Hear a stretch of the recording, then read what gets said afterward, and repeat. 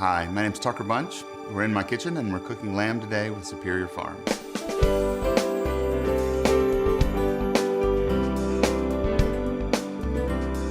We're having a slow roasted whole shoulder of lamb, cooked all day long till it's fallen off the bone.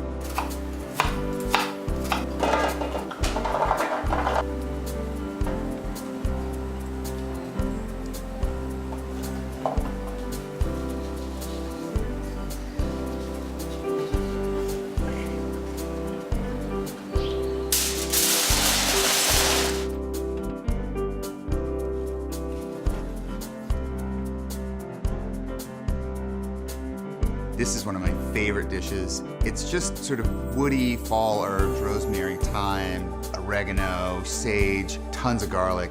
It's really old-fashioned, but at the same time, it's super contemporary. No one's seen this in years and years, and it's awesome.